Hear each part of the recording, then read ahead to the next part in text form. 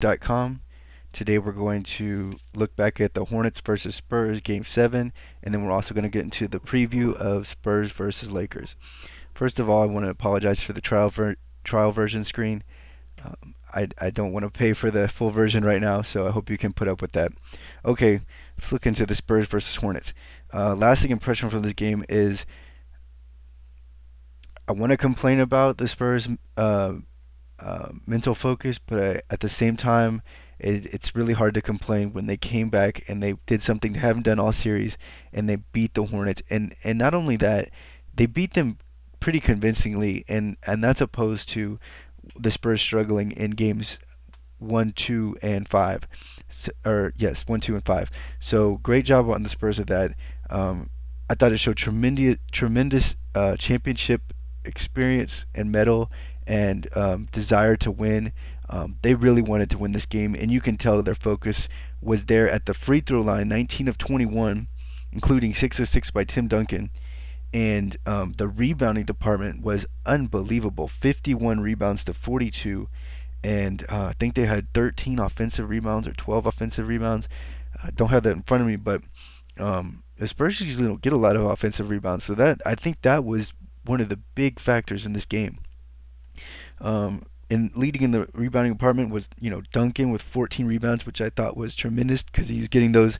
He was keeping the Hornets to one and done for the most part with the defensive rebounds. Oberto had 9, which is big from Oberto, and then Kurt Thomas also had 6 rebounds in 7 minutes, including I think he spurred a 3 offensive rebound possession for the Spurs early in the game. So on the rebounding side, there is nothing to complain about. That was a great rebounding effort. I know late in the game the Hornets got a few extra looks, but that was more due to long bounces than it was the Spurs' lack of rebounding. Um, the Spurs did not shoot well for the game. Manu was only 6 of 19. Tony was only 7 of 17. Duncan was 5 of 17. Um, the distinction between those two is I think Manu and Tony converted more in crunch time, whereas Duncan simply just could not score on Tyson Chandler. It was a bad matchup, and Duncan is not going to be able to get off quality shots against Chandler.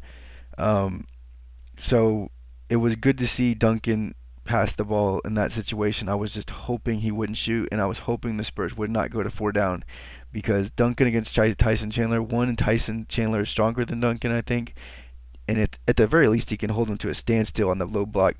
And then secondly, Tyson Chandler is longer than Duncan and much more athletic, so that really is Duncan's kryptonite. Um, Tony Parker, there was one play in particular that stood out in my mind when there was Manu was open at the corner at the diagonal three, and Tony Parker completely didn't. I don't know if he didn't see him or he wasn't going to pass it no matter what. But I was glad to see Tony Parker take it upon himself and you know be selfish and decide that he is the guy and he's gonna make the shot. And it was a great play, great one play to me, because it showed Tony Parker is a star in this league, and he takes it upon himself to win basketball games when nothing else is happening, because it wasn't going to happen through Duncan.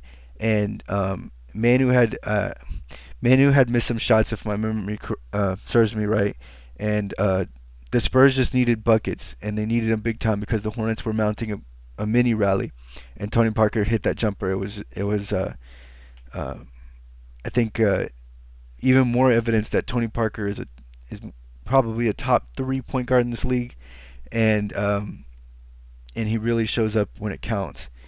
On the Hornets side, we had Pargo with 18 points, 6 of 16. A lot of those coming in the fourth quarter.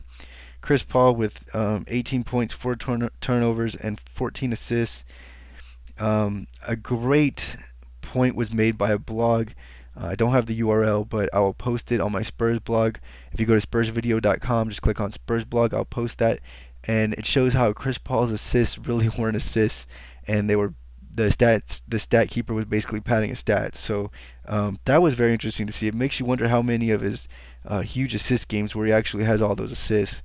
Um, but anyways, it was a decent game by Chris Paul, but he really wasn't. He didn't show up as he had in the previous most of the previous 6 games, but I think that has more to do with the Spurs than it does Chris Paul. Peja Stojakovic, 3 of 11, 7 points. At this point in his career, it's safe to say that he's just not going to score against Bruce Bowen. And the Hornets tried to get him looks, and they tried to get him going, but it just wasn't happening. Peja Stojakovic, it just comes down to Bruce Bowen is just too good of a defender for him, and he just can't. He scored a little bit against Bowen in game game 6, but he was not able to get going at all this game, and for the most part of the series when Bowen played him. So, great job, Bruce Bowen. David West, 20 and 9, a solid young superstar. West is going to be big in this league, and he's going to be one of those rugged power forwards. He's a good. I think he's right about it. Is going to be as average as 20 and 9, but he really plays hard. I really like David West. Tyson Chandler probably had the best game for the Hornets with 15 and 13, and tremendous defense on Tim Duncan. His defense on Tim Duncan was spectacular down the stretch, and a lot of Duncan's woes can be attributed to Tyson Chandler. Um, the mental focus problems I was having with the Spurs, as you can see on the PowerPoint, mental mistakes, is the big thing that just really killed me was why they kept running out on Gennaro Pargo. And I saw Pop get on them about this, and I just don't understand repeatedly why the Spurs ran out to protect the Gennaro Pargo from shooting threes or long jumpers. Let him shoot those. The Hornets are too talented of a team for you to cover everybody perfect every possession. So I'm not sure why they were so insistent on not letting Gennaro Pargo get up a shot, or at least chasing him off of it. Now, if it's Peja, yes, I can see that. But Gennaro Pargo, and then what that enabled him to do was get to the basket for layups or closer shots and get him going. And he got most of his field goals in the fourth quarter, and he had 18 points. Now, I'm glad to see the ball in Gennaro Pargo's hands because it takes it out of Chris Paul's hands. The problem is you let him shoot those long jumpers and you don't let him get in close. That is a huge mental mistake, and the worst part about it is the Spurs repeatedly did it. This happened many times in the fourth quarter. So the Spurs need to correct that for the next series and not run out, say, on Lamar Odom and then whereas give up a driving layup by Lamar Odom. Let the lower percentage shooters shoot from the outside and then stay on the higher percentage shooters, but don't let them increase their shot, the quality of shot, by taking it in closer. That's common basketball, and the Spurs, for as much praise as they deserve, they need to work on that. Um, Also, this is just a picky thing, but Tony Parker sometimes loses his concentration, focus. Um, it was more because he wanted to push the ball, but he did not catch that. There was that one pass by Tim Duncan, which could have been a potentially big turnover. The Spurs really need to watch that, but those things happen in the course of the games. But um, just from a fan's perspective, it hurts to see when you have the possession and just it's one of those unforced forced turnovers that you bring upon yourself. And so I really wish he'd caught that ball, but that happens in the course of a game. Um, you know, Robert Ory, 2 3 pointers. Way to show up, Robert Ory, in the playoffs. He hasn't made a shot in a long time, or at least not a 3 pointer, and it was good to see him making some big threes for the Spurs. Those really help fill the spread of the points, keep and maintain that lead long enough for the Spurs to hold on the end. Um, Looking ahead to the Lakers series, I think this series benefited the Spurs because the Spurs have had to play two harder teams, whereas the Lakers have had to play two easier teams. Both the Jazz uh, and Denver are not nearly as high caliber of opponents as the Suns and the Hornets. So I think the Spurs are going to be a little more prepared, but on the other hand, the Lakers are going to be a little more rested.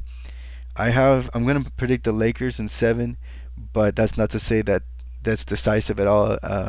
I just come to that conclusion because the Lakers look like they're playing really good basketball right now. And I had a couple other things I wanted to say, but I am running out of time, so I'm going to go ahead and send you over to my blog so I'll remember them. And this is SpursVideo.com. I'll talk to you later.